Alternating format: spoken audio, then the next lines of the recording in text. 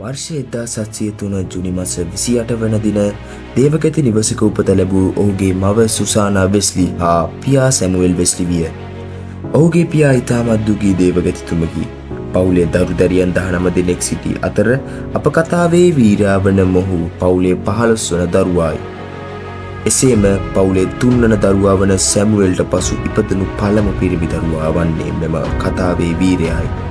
සොයුරු Charles 17 වන හා අවසාන පිරිමි දරුවායි. එක් දිනක් රාත්‍රියේ එඩ්වර්ඩ් නිවසේ ගින්නක් ඇතිවිය. මෙම සිදුවීම සිදුවන විට කතා වීරයාට වයස අවුරුදු 6කි. පවුලේ සියලුම අය ගින්නෙන් එළියට පැමිණියද ජෝන් ඒ අතර නොවිය. පසුව මෙම කුඩා ගිනි පෙළෙල්ල වයස අවුරුදු 10 දී බකින්හැම් ආධිපතිවරයාගේ කරුණාවේ ශිෂ්‍යත්වයක් ගෙන ලන්ඩන් චාටර් හවුස් විදුහලට ඇතුළත් විය. කෙසේ හෝ 1720 දී මොහු ඔක්ස්ෆර්ඩ් විශ්වවිද්‍යාලයට ඇතුළත් විය. වයස අවුරුදු 23 දී පූජක තනතුරට පත් වූ ජෝන් වෙස්ලිතුමා සම්භාව්‍ය දර්ශනය හා වටිනා පොත්පත්වල කතුවරයෙකු වූහ. එකල එංගලන්තයේ පුරා පැතිරී ගිය කාර්මික විප්ලවයත් සමග නොයෙක් බාධා කම්කටොළු මැද තම දේව වචනය ප්‍රකාශ කිරීමට මෙතුමා සමත් විය.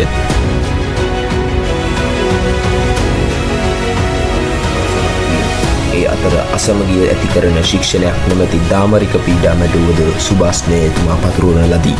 එම දාමරික පීඩාවලට නොපසුබට මුහුණ දුන් ඔහුගේ සේවය තුළදී දාමරික කණ්ඩායම් 60කට මුහුණ දී ඇති බව වරක පවසන එතුමා දක්ෂ භාෂා පරිවර්තකයෙකු හා දාර්ශනිකයෙකුයි. කිම්හානේ තාපයෙන් හා සීත කාලයේ සිසිලතත් සමග එතුමා තම සුභාරංචි ප්‍රකාශ කරන්නට උත්සුක වූවා. ඔහුගේ ප්‍රමුඛතම පණිවිඩය වූයේ මිනිසෙකු යලි ඉපදීමෙන් හැර ඔහුට දේව රාජ්‍ය උරුම කරගත නොහැකි යන්නයි. උසාවි 5 යඟල් 5ක් වූ මෙතුමාට අවශ්‍ය වූයේ දේව වචනය මුළු ලොවටම ප්‍රකාශ කිරීමයි.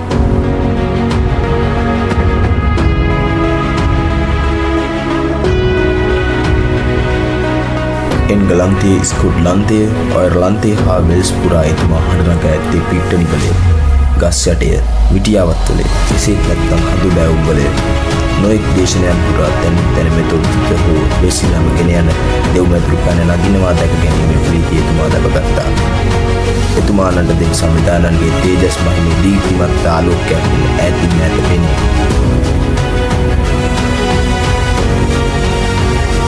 1990 මාර්තු 2 වන දින බදාදා එතුමාගේ අවසාන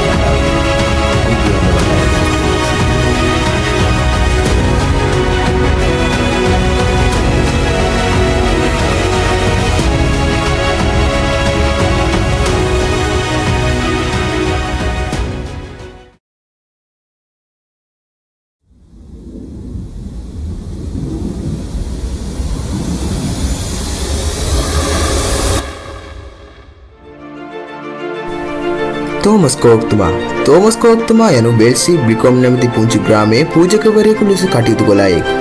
එසේම නීති විශ්වවිද්‍යාලයෙන් උපාධියක් ලබාගෙන තියෙන මොහු වසර 6ක් පමණ කාලයක් මෙතෝදිස්ත දේශකයෙකු ලෙස කටයුතු කරා. පසුව ජෝන් වෙස්ලිතුමාගේ කැඳවීමකින් බිෂොප් පදවියක් ලබා ඇමරිකාවේ සේවය කරා ඔහු පිටත්ව ගියේ. පසුව 1813 ජූලි මාසයේ ලිවර්පූල්හි පැවතුණු මෙතෝදිස්ත සමුළුව විසින් ආසියාවට සුභාරංචිය රැගෙන යාමට තෝමස් කෝක්තුමා ඉදිරිපත් කළ අදහස ප්‍රතික්ෂේප විය. මන්ද එතුමා වයස අවුරුදු 66ක් ලෙස වියපත් වූ නිසාත් එතරම් දීර්ඝ මුහුදු ගමනකට සභාවේ මුදල් නොතිබීමත්ය.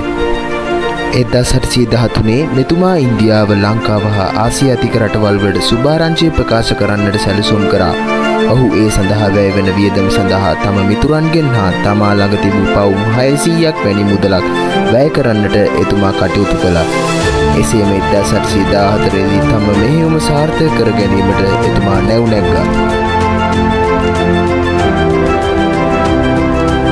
කෙසේ හෝ තම ධනයෙන් පවුම් 600ක් පමණ ලබා දීමත් සමග මෙතෝදිස්ත සමුළුව මෙම ආසියාතික දූත ගමනට අවසර ලබා දෙන ලදී.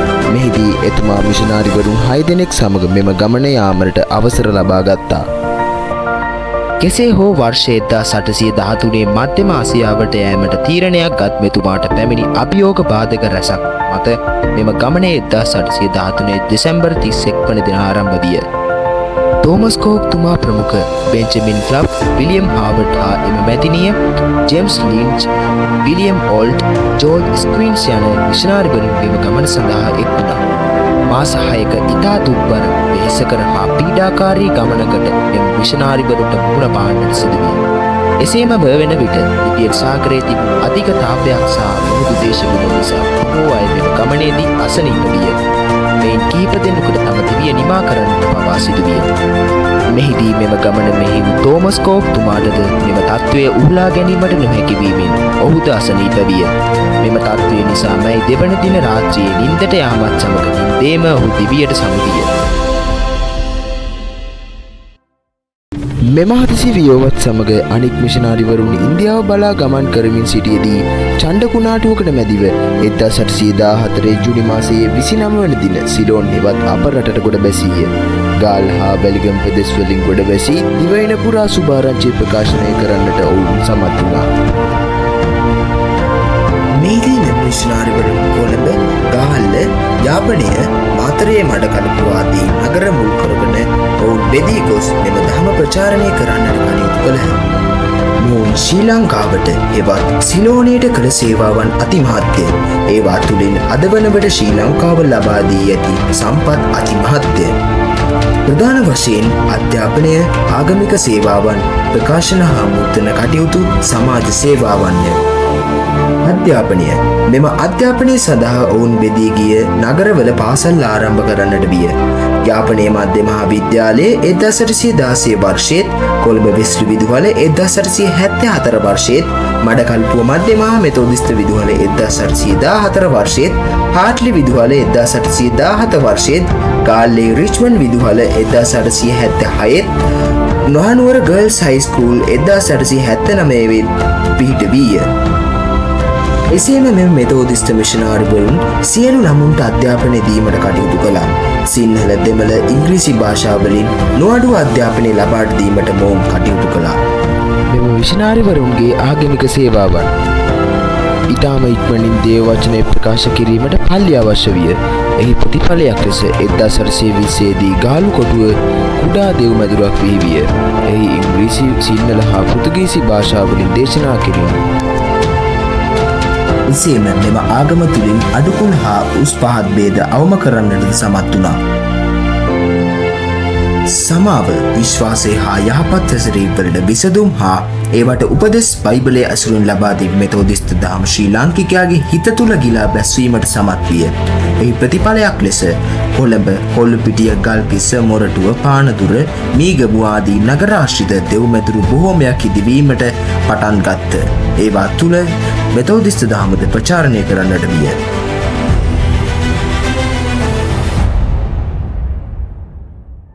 මොවුන්ගේ ප්‍රකාශන හා මුද්‍රණ සේවාවන් අධ්‍යාපනය හැරමිට ශ්‍රී ලංකාවට සංවර්ධනය වීමට හා ඉදිරියට යාමට මිෂනාරීන් උපකාර කළ ප්‍රධාන ක්‍රමයක් ලෙස මුද්‍රණ කටයුතු නම් කළ හැක.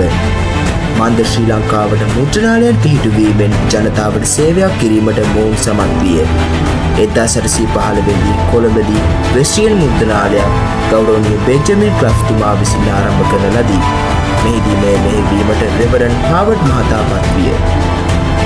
Introduction for Children වැනි ජෝන් වර්ෂිතුමාගේ පොත් පරිවර්තනය කර මුද්‍රණය කෙරෙන මොවුන් මේ සුභාරංචි පතල කිරීම සඳහා කදිම ලෙස උපයෝගී කරගත්ත. එසේම මොවුන්ගේ සමාජ සේවා නම් රෝහල් විදිකිරීම හා ලාංකිකයන්ට තිබූ අගහිතකම් වලදී ඔවුන්ට උදව් උපකාර කිරීමත්ය. එසේම තවත් ශ්‍රම හා මූල්‍ය සේවාවද මොවුන් කළහ. මිෂනාරීන්ගෙන් ලංකාවට බලපෑදී නම් පන්ති භේද තොරව සියලු දෙනාට අධ්‍යාපනය ලැබීම, බයිබලයේ සිංහලයට පරිවර්තනය හා මුද්‍රණයට කටයුතු වන සුභාෂ්ණ දේශනා කිරීමත්, කාන්තා අධ්‍යාපනයට මුල් තැනක් දීමත්, දේශීය සංස්කෘතියට අනුව සුබසන දේශනා කිරීමත් හා ලාංකිකයන් තුළ ඉක්මීම ශික්ෂණය ඇති කිරීමත්ය.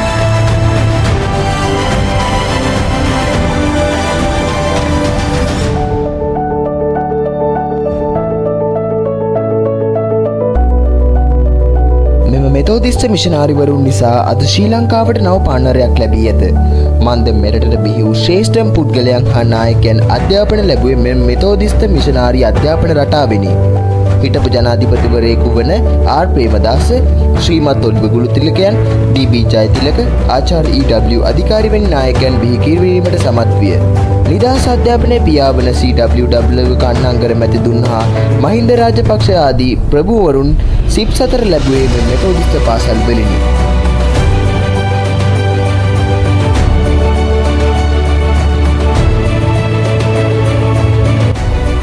ධාර්මිකව හා විනයක් සහිතව අධ්‍යාපන වශයෙන් හා නොයෙක් අංශවලින් ලංකාවට විශාල සේවයක් කරන්නට මෙතෝදිස්ත දහමට හැකි විය.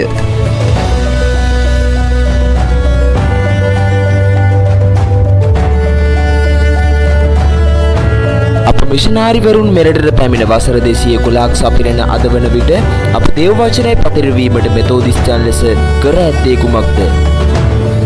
මොහොතක් සිතන්න. ඉතින් අපි සැරසෙමු, එක්ව නැගිටිමු, දේව වචනේ ලෝක පුරා ප්‍රකාශ කරන්නට අපි කටයුතු කරමු. නව ලෝකේ පුරා දේව වචනේ පැතිරවීමටත් වැටී ඇති අප මෙතෝදිස්ත සභාව කොට නැගීමටත් එක්ව අත්වැල් බැඳගමු. ඉතින් ඔබ සැමට ජේසු පිහිටයි.